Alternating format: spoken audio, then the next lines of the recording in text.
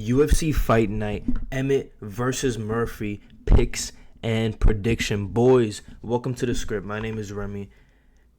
And if you're new here, welcome. Last week, as you can see, we profited. We've been absolutely killing it this year. To get our bets, predictions, all that good stuff, our last minute bets, our underdog of the week, the safe bet, go to winnable.com/the script. Check it out. We have a free plan for you guys to check it out. But we've been absolutely killing it this year. We're positive throughout the whole year. UFC 313, 5 out of 5 fights hit. 5 out of 5 bets hit. Literally cannot complain. And yeah, premium members been making a killing. Go ahead and check it out. Only 2 cards we did wrong on 312 and UFC Seattle. Been pretty net positive for 2025. In 2024, we absolutely killed it. Go ahead and check it out. But before we get into that, check out the safe bet. 2025, we've been absolutely killing the safe bet. Nathan Fletcher, in my opinion, was a lock. We were on a 5-card win streak, and then Nathan Fletcher arguably got robbed in that fight against Logron. Logron literally just laid on him. So it is what it is. Last week we had Joe Pyfer and David Martinez. Kevin Gastelum versus Joe Pyfer was going to be a close fight. I had Joe Pyfer. He pulled out. And David Martinez got it done with a KO in the earlier round. To unlock the week's safe bet for UFC Vegas 105, go ahead and check out the premium membership. But let's get into what the safe let's get into what the free members get. And that is the runner-up underdog of the week. I cannot make this up. This is not edited or nothing. This is runner-up underdog of the week. I post a dog of the week on the channel, and we have a runner-up for dog of the week, and that has only missed one time. I can't make this up. Go ahead and check out Winnable. If you scroll all the way down, all of our bets, all the things we post go public once the event is over, and you'll see that we legitimately have been going crazy. This is available to the free members. If you guys want to check it out, had a little tongue twister right there, man. Go ahead and check it out. The free members get this. Costs you none, and you're making something back. And on top of that, for 2025, underdog of the week has absolutely been killing. We only missed on 4 dogs, and unfortunately, CJ CJ didn't get it done last week. And he went out the worst way. Literally got subbed first round. It is what it is, you know. Can't pick them all right. We try. I thought CJ was a really good dog on the card, but it is what it is. To unlock the underdog of the week earlier than everybody else, go ahead and check out the free membership. And that's 2024. Eduardo Mota, Nicholas Mata, Michael Chiesa. We're 3 for 4 in 2024. 2025, we're absolutely doing our thing. Check it out. Link will be in the description. Let's get straight into these predictions. UFC Fight Night, Emmett versus Murphy, picks and predictions. You already know. Let's get straight into starting with the early prelims, ending with the main event. We have Vanessa Demopoulos versus Talita Alessera. And I'm going Vanessa. Vanessa's just a way better fighter in my opinion, and she should be able to win this. The odds are a little tight, but Talita hasn't really seemed impressive yet. She really hasn't had that test. Vanessa has been looking impressive. She's a pretty decent fighter. The pick will be Vanessa. Then we have Victor Henry versus Pedro Falco. I'm going Victor Henry. I don't know what's up with his hair. I don't know what's up with bro's hair, but I'm going Victor Henry. I think he's the better fighter in this situation. He has the reach. He has decent striking. And yeah, Pedro's okay. I just feel like Victor Henry's one of the safer bets on this card. And boys, I'm gonna speed run through this. All right, it is what it is. You know, we always give really in-depth breakdowns, but this card's okay. Let's just say that. You know, 314's the next week. You know, we all excited for that card. Definitely gonna give you guys that breakdown real early. Moving on, we have Loma Lukbum versus Estela Nunes. And I'm going Estela Psych. I'm going Loma Lukbum. She's actually a dog, like not an underdog. I'm saying she's nasty. From Thailand, has good striking. she's looked decent, and it's kind of hard to go against her. I think she's the biggest favorite on this card, and I think she'll probably get a finish as well. So yeah, give me Loma by possible KO. Moving on up the card, we have Reese McKee versus Daniel Forenza. I feel like I'm going Daniel Forenza. This is a 3-rounder, and Forenza hits hard. He's making his debut off the Contender Series. We can see bro's and one shorts right there. But I mean, McKee's cool, right? McKee's more technical than Forenza, but this is in the Apex, and the Apex people just prefer more damage. We've seen it in the Rob Font fight against the up-and-comer Gene Matsumoto. I mean, he just pieced him up, had him leaking. Even though Matsumoto got the takedowns, I don't think it really mattered. And I just trust Forenza to get it done. He just throws harder, does what he needs to do.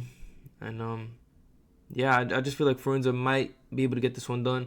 I don't think by finish, but finish is definitely possible here. Daniel Forenza will be the pick. Moving on up. Diana Belbita versus Dione Barbosa. And I'm going Barbosa. She's a well-rounded striker. Has the takedowns if necessary. And she also has a win against Carrot Cake. If you don't know what Carrot Cake is, look at her. You know what I'm saying? She versus Nicole Cagliari. You know, Nicole, what's up? Like, nah, I'm just kidding. Nah, Nicole was doing her thing in that fight, but Carrot Cake, she's good. She has that long reach, and the fact that Iona Barbosa was able to beat her is a pretty decent win. She also had, Belbita hasn't really looked crazy in the UFC. She's okay. She hasn't really done anything crazy in her fights. And Diana also got submitted by Molly McCann. And Molly McCann just got submitted in the first round. I like Dione Barbosa. Moving on, we have Davy Grant, buddy looking like Popeye. Versus Daniel Santos. I'm going Daniel Santos. I'm not hating on Davy Grant. He's an amazing fighter. What I don't like is bro's just old, man. And I don't know. In this fight, it's like he could win this. Davy Grant could win this if I'm being honest. But like he got dropped twice by Ramon Tavares. Like bad. Ramon Tavares, you sold my parlay, bro. Like, nah, but Ramon Tavares, decent striker, really powerful hitter, but he just sticks too much to that boxing. Davy Grant can mix it up. Definitely going to keep it standing, but he's also coming off neck surgery. I guess it doesn't matter because Ramon lost, right? Ramon Tavares lost, right?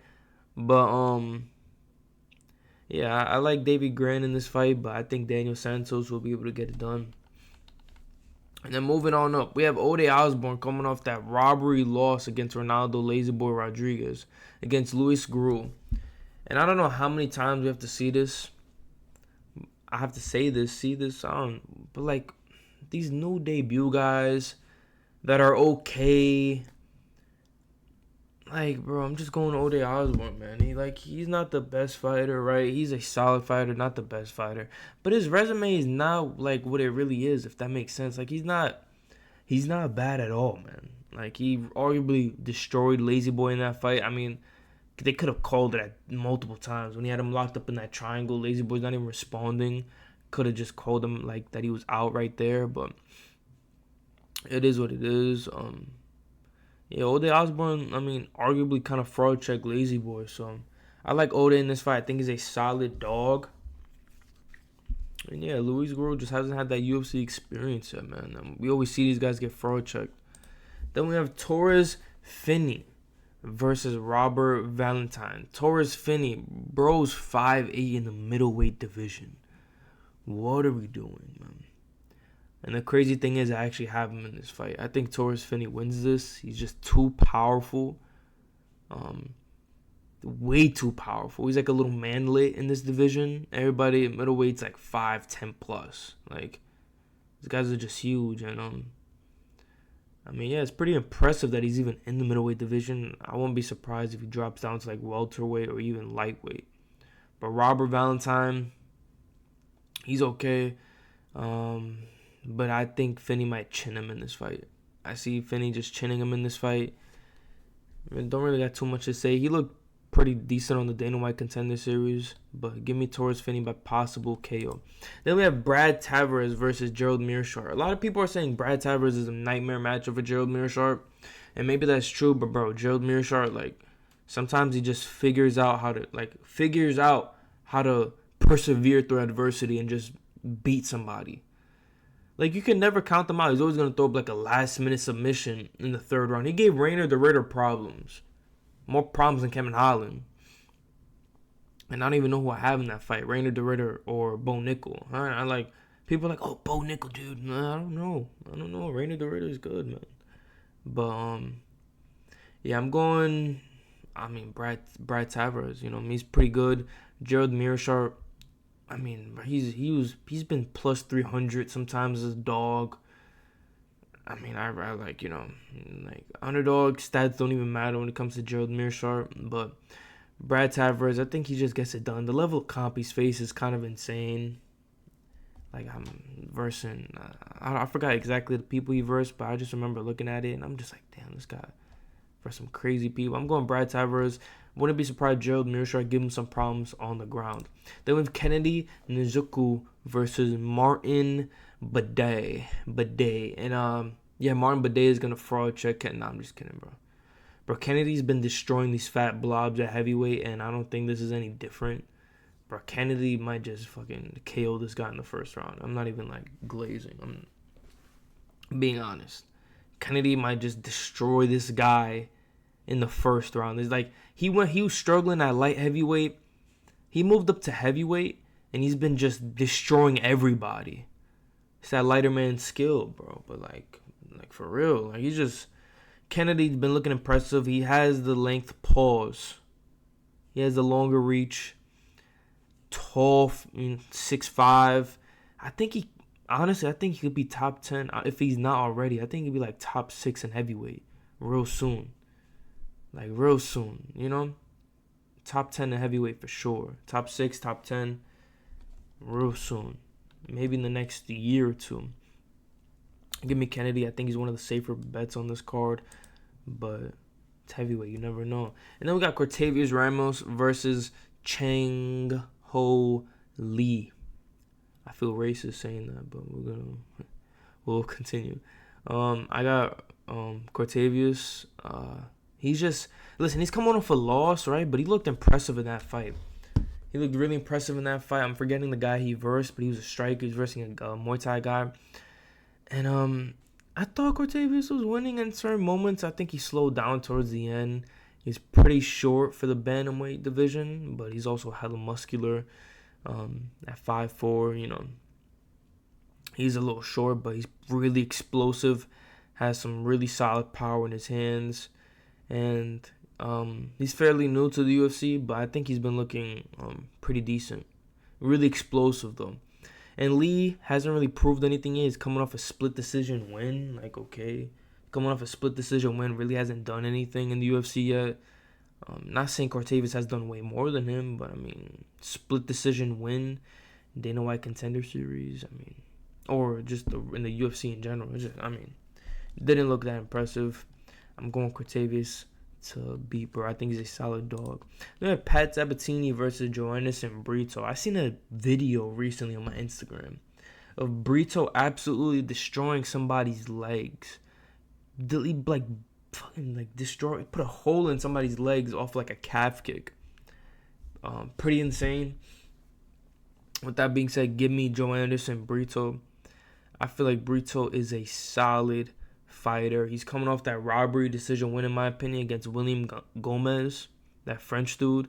And then William Gomez just got forward checked by Hyder Ammo.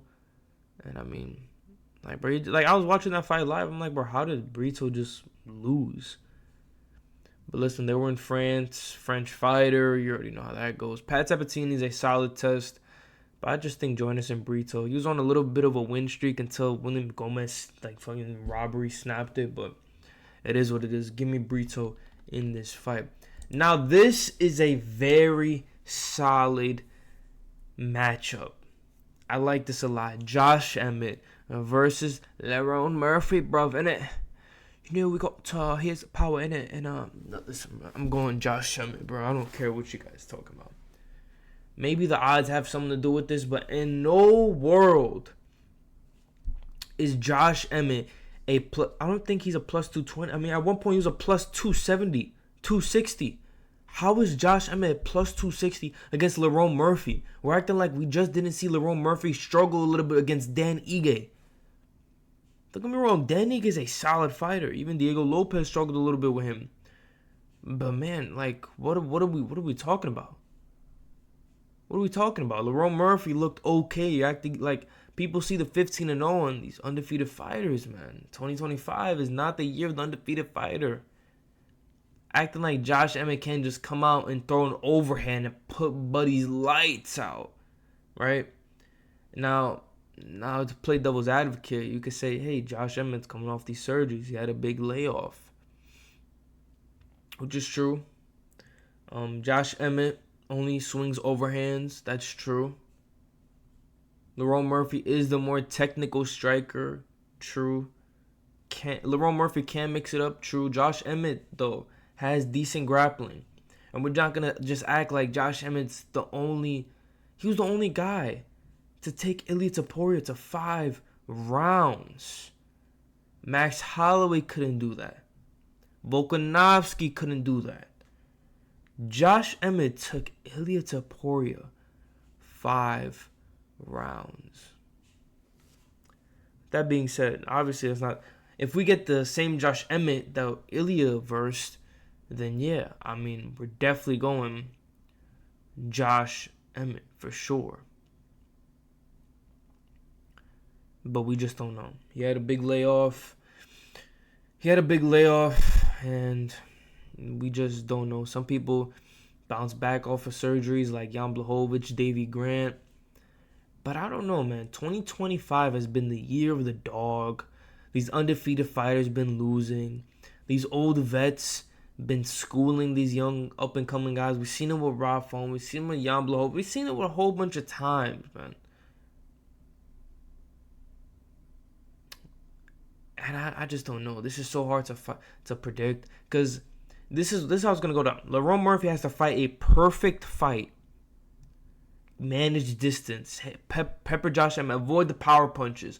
Mixing the grappling. Lerone Murphy hasn't really fought anybody that crazy in the UFC yet, in my opinion. Right? He hasn't really fought anybody that crazy. Josh Emmett has. He has fought notable names. Beat Calvin Kattar. Took Ilia Topuria to decision. I'm talking about Ilia Topuria. Now, that being said, Lerone Murphy, I mean, he has to fight a perfect fight. He has to mix in the grappling, avoid the power punches, while Josh Emmett only needs to land once. That's all he has to do. He has to land one overhand, and it's over. So you let me know who you got. The guy who can just chin you once. Chin multiple people. Bryce Mitchell had a seizure off of his knockout. Insane, bro. Like, thank God Bryce Mitchell was okay after that. But, like, bro, we're talking about some guy can just put you out. Yeah, maybe his striking's not the cleanest. But if he hits you with an overhand, you're going night. You're going night-night. Then we have Lerone Murphy. More technical, but, like, I mean, like, we're acting like Dan Ige didn't just give him some problems. Listen, man, I'm going Josh Emmett in this pick.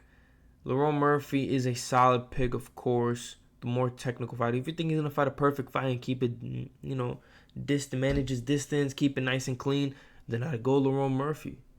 But I think Josh Emmett, ain't no way he's a plus 260. In no world is he almost a plus 300 to a guy like Lerone Murphy. That's the pick. Boys, if you like this video, like, comment, subscribe. Follow us on Instagram and YouTube. I said YouTube. I'm not cutting this out. Instagram and TikTok. Support those.